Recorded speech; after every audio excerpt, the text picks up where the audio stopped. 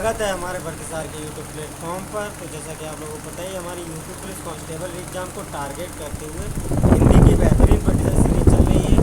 उसी का आज प्रैक्टिस सेट नंबर 14 है। जिन लोगों ने हमारे प्रीवियस लेक्चर नहीं देखे हैं वो हमारी प्लेलिस्ट को फॉलो करके देख सकते हैं। चलिए आज के सेशन में आप सभी का स्वागत है। क्वेश्चन नंबर 1, घर का उजाला मुहावरे का अर्थ क्या होता है? मतलब घर का उजाला जो है मुहावरे का अर्थ क्या होता है? इसका राइट आंसर है ऑप्शन नंबर 4, इज्जत बढ़ाने वाला। मतलब एक घर का उजाला है, जैसे एक लड़का नहीं होता है तो माता पिता के लिए घर का उजाला है। माता पिता सोचते हैं कि ये हमारे घर की इज्जत और नाम रोशन करेगा, तो घर का उजाला है। ठीक है, नेक्स्ट क्वेश्चन इधर चलते हैं हम लोग। क्वेश्चन नंबर 2, अंबर शब्द का पर्यायवाची शब्द क्या होगा? तो इसका राइट आंसर होगा ऑप्शन नंबर 4, गगन। अंबर शब्द का पर्यायवाची होगा गगन, और इनके अन्य पर्यायवाची होते हैं जैसे नभ, व्योम, शून्य, ठीक, आसमान, आकाश आदि। ये कुछ महत्वपूर्ण पर्यायवाची थे। ठीक है, जैसे भूमि के वसुधा, अवनी, वसुंधरा, वसुधा, अवनी, वसुंधरा, ये कुछ इंपॉर्टेंट भूमि के पर्यायवाची थे। ठीक है, नेक्स्ट क्वेश्चन की तरफ चलते हैं हम लोग। क्वेश्चन नंबर 3, विज्ञान का प्रौद्योगिकी के क्षेत्र में भारत का प्राचीन काल से लेकर इस शताब्दी में इस महान सफलताओं की एक लंबी और परंपरा रही है। ठीक है, तो इसका मतलब क्या परंपरा रही है?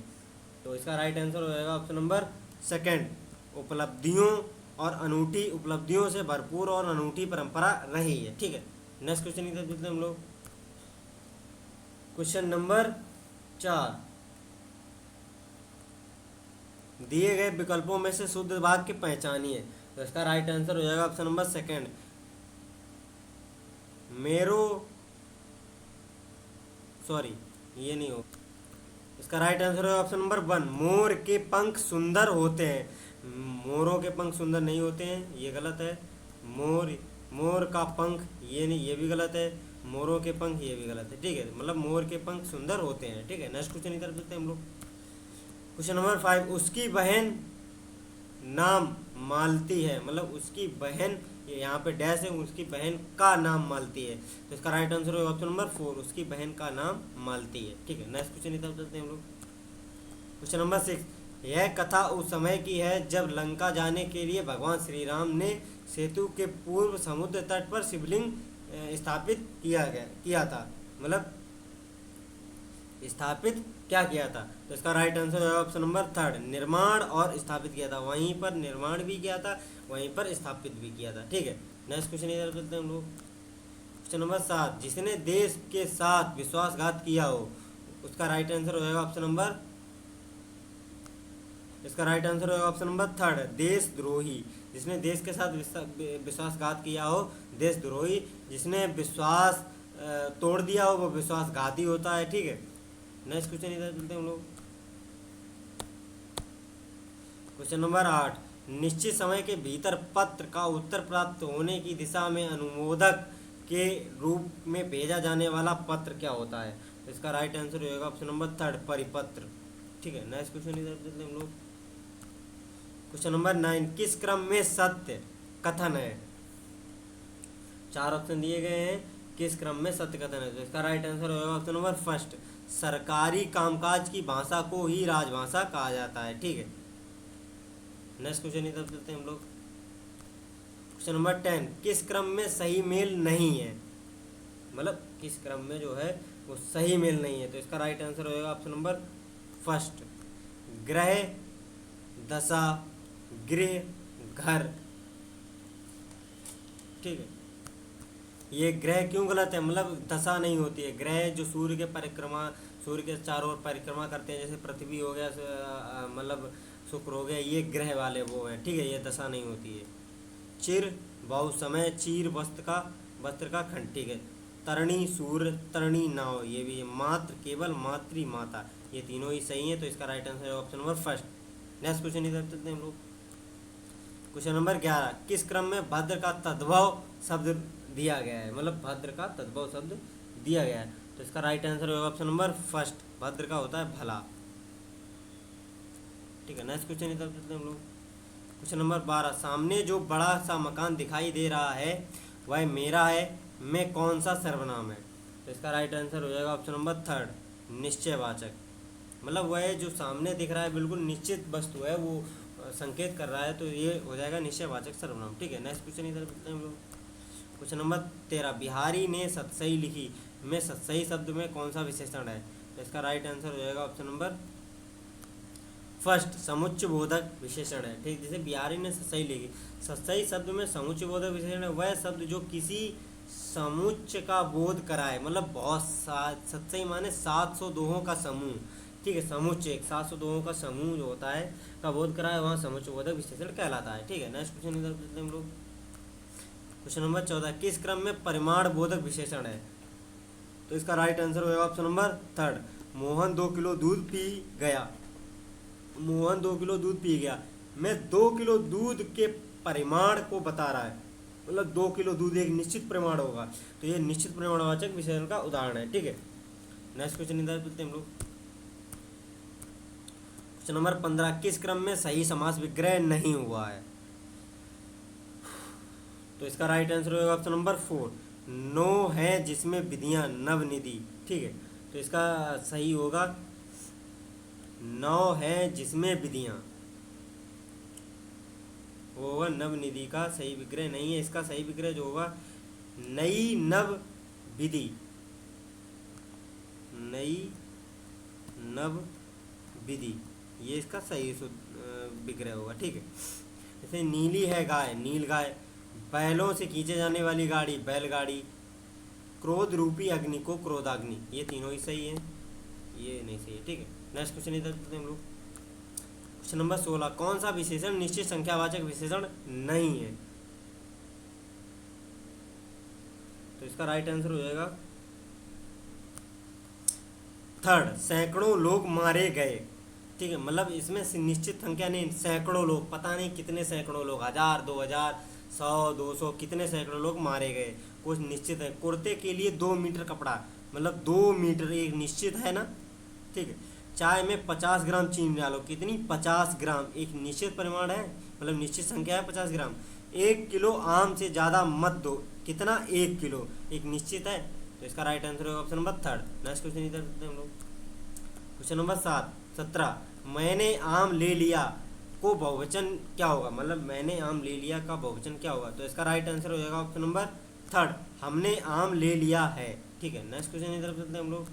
क्वेश्चन नंबर 18, वह काम बहुत ढंग से करते हैं, वाक्य का काल पहचानिए। मतलब वह काम जो है बहुत ढंग से करते हैं, वाक्य का काल है सामान्य वर्तमान काल। ठीक है, तो इसका राइट आंसर हो जाएगा ऑप्शन नंबर 4, वह काम बहुत ढंग से करते हैं, वर्तमान की बात हो रही है जो सामान्य बिल्कुल है। ठीक है। नेक्स्ट क्वेश्चन इधर हम लोग। क्वेश्चन नंबर 19, विकल्पों में से स्त्रीलिंग शब्द का चयन कीजिए। ठीक है, सागर होता है, ये तो पुल्लिंग है। छात्र होता है, ये भी पुल्लिंग है। अग्रजा होती है, ये स्त्रीलिंग है। राजन होता है, ये पुल्लिंग है। अग्रजा मतलब घर की बड़ी बेटी। ठीक है। नेक्स्ट क्वेश्चन इधर चलते हैं हम लोग। क्वेश्चन नंबर 20, सन 2009 में कथाकार संजीव को उनकी किस रचना के लिए इंदु शर्मा अंतर्राष्ट्रीय कथा सम्मान लंदन दिया गया था? तो इसका राइट आंसर हो जाएगा ऑप्शन नंबर फर्स्ट, जंगल, जहाँ से शुरू हुआ था। इस रचना के लिए इंदु शर्मा अंतर्राष्ट्रीय कथा सम्मान लंदन दिया गया था इनको। ठीक है। तो नेक्स्ट क्वेश्चन इधर चलते हैं हम लोग। क्वेश्चन नंबर 21, 17वें रमाकांत स्मृति कहानी पुरस्कार से किसे सम्मानित किया गया था? तो इसका राइट आंसर हो जाएगा ऑप्शन नंबर फर्स्ट, इंदिरा डागी को। ठीक है। नेक्स्ट क्वेश्चन इधर चलते हैं हम लोग। क्वेश्चन नंबर 22, खटाई में पढ़ना मुहावरे का आशय क्या है? मतलब खटाई में पढ़ना, तो इसका राइट आंसर हो जाएगा ऑप्शन नंबर 4, निर्णय ना होना। मतलब बिल्कुल खटाई में पड़ गया, निर्णय ही नहीं ले पा रहे हैं। ठीक है। जब तक अध्यक्ष नहीं आएंगे तब तक मेरी नौकरी का मामला खटाई में पड़ा रहेगा, ये एक मतलब वाक्य रूप हो जाता है। ठीक है इसका। नेक्स्ट क्वेश्चन इधर चलते हैं हम लोग। क्वेश्चन नंबर 23, आहे दाल का भाव मालूम होना, मतलब आटे दाल का भाव मालूम होना मुहावरे का उचित अर्थ क्या होता है? तो इसका राइट आंसर हो जाएगा ऑप्शन नंबर 2, कष्ट का अनुभव होना, मतलब बिल्कुल पता चल गया कि आटे भाव का दाल क्या होता है। जैसे बाप ने लड़के को अपनी प्रॉपर्टी से अलग कर दिया तो उसको भी आटे दाल का भाव पता चल गया है कि क्या कैसे चलता है। ठीक है, नेक्स्ट क्वेश्चन इधर करते हैं हम लोग। क्वेश्चन नंबर 24, दिए गए विकल्पों में से रिजु का विरुद्धार्थी शब्द कौन सा है? तो इसका राइट आंसर होगा ऑप्शन नंबर सेकंड, वक्र। रिजु का विलोम शब्द होता है वक्र। ठीक है, नेक्स्ट क्वेश्चन इधर करते हैं हम लोग। क्वेश्चन नंबर 25, दिए गए विकल्पों में से सही वाक्य चुनिए, मतलब सही वाक्य कौन सा होगा? तो इसका राइट आंसर होगा ऑप्शन नंबर सेकंड, स्वभाव के अनुकूल तुम्हें यह कार्य करना चाहिए। ये शुद्ध वाक्य होगा। ठीक है, शेष में अन्य वाक्य में त्रुटिपूर्ण है। नेक्स्ट क्वेश्चन इधर करते हैं हम लोग। क्वेश्चन नंबर 26, दिए गए विकल्पों में से शुद्ध वाक्य छांटिए। तो इसका राइट आंसर हो जाएगा ऑप्शन नंबर फर्स्ट, भारत में अनेक दर्शनीय स्थल हैं। ठीक है, इसका राइट आंसर हो जाएगा। नेक्स्ट क्वेश्चन इधर करते हैं हम लोग। क्वेश्चन नंबर 27, कदाचित शाम तक वो वापस आ जाएं। इस वाक्य में प्रयुक्त काल को पहचानिए। कदाचित शाम तक वो वापस आ जाएं, तो इसका राइट आंसर होगा ऑप्शन नंबर 4, संभाव्य भविष्य काल, मतलब भविष्य में वो संभावना लगाई जा रही है कि कदाचित शाम तक वो वापस आ जाएं। तो ये भविष्य में बात होगी और आ जाएं मतलब वो संभावना होगी। ठीक है, तो संभाव्य भविष्य। ठीक है, नेक्स्ट क्वेश्चन इधर करते हैं हम लोग। क्वेश्चन नंबर 28, सर्वश्रेष्ठ रस किसे माना गया? तो इसका राइट आंसर होगा ऑप्शन नंबर सेकंड, श्रृंगार रस। ठीक है, इसका स्थायी भाव रति होता है। श्रृंगार रस को रसराज भी कहलाता है। इसमें प्रेमियों के पवित्र प्रेम का उल्लेख होता है। जैसे यह दो प्रकार का होता है, संयोग श्रृंगार और वियोग श्रृंगार। इसका स्थायी भाव रति और सर्वश्रेष्ठ रस होता है। ठीक है, जैसे रौद्र रस है, इसका स्थायी भाव क्रोध होता है। ठीक है, जैसे करुण रस है, इसका स्थायी भाव शोक होता है। जैसे वीर रस है, वीर रस का स्थायी भाव उत्साह होता है। ठीक है, नेक्स्ट क्वेश्चन इधर करते हैं हम लोग।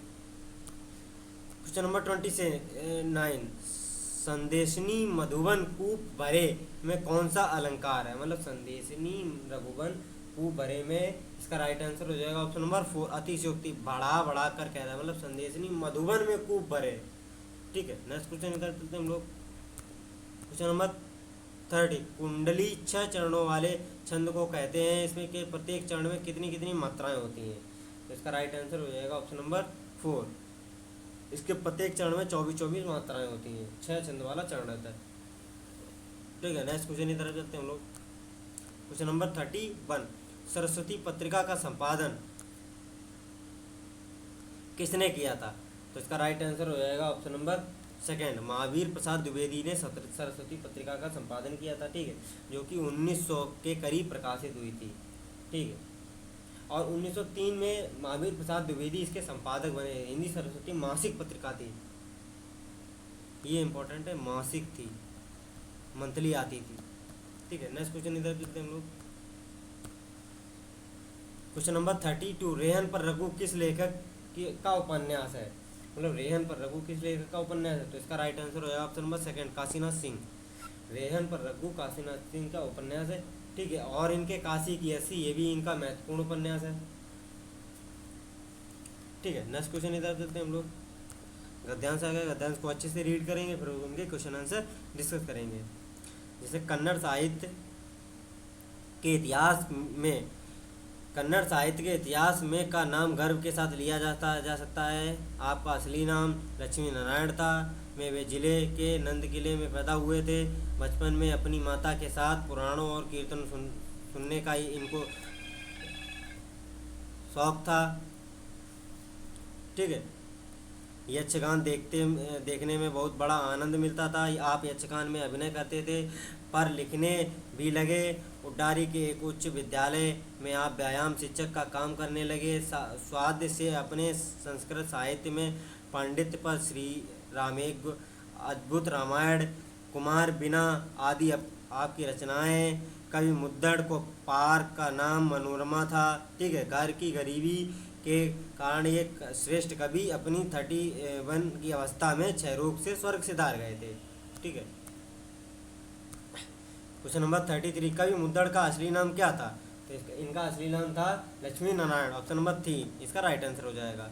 नेक्स्ट क्वेश्चन इधर करते हैं हम लोग। क्वेश्चन नंबर 34, कवि मुद्दड़ मतलब कहाँ के थे? ये थे मंगलूर जिले के, ठीक है, मंगलूर जिले के नंदलिके गांव में पैदा हुए थे। इसका राइट आंसर होगा ऑप्शन नंबर फर्स्ट, नंदलिके। ठीक है, नेक्स्ट क्वेश्चन इधर करते हैं हम लोग। क्वेश्चन नंबर 35, कवि मुद्दड़ एक उच्च विद्यालय में शिक्षक का काम करने लगे थे, मतलब किस भाषा में? तो इसका राइट आंसर हो जाएगा ऑप्शन नंबर सेकेंड, कन्नड़, मतलब ऑप्शन नंबर फर्स्ट, कन्नड़ भाषा में। ठीक है, क्वेश्चन नंबर 36, कवि मुद्दड़ की पत्नी कौन थी? तो इसका राइट आंसर होगा option number first, Manorama. Next question, question number 37, कवि मुद्दड़ की रचना कौन सी थी? तो इसका राइट आंसर हो जाएगा option number third, Shri Ram और सुमेध, इनकी रचना थी। ठीक है, आज का प्रैक्टिस सेट यहीं पे एंड करते हैं। तो जिन्होंने हमारे प्रीवियस प्रैक्टिस सेट नहीं देखे हैं वो हमारी प्लेलिस्ट को फॉलो कर सकते हैं। अगर आज की क्लास अच्छी लगी हो तो लाइक एंड कमेंट करके ज़रूर बताना, अपना स्कोर लिखना ना भूलें। तो मिलते हैं नेक्स्ट क्लास में, जब तक जय हिंद जय भारत।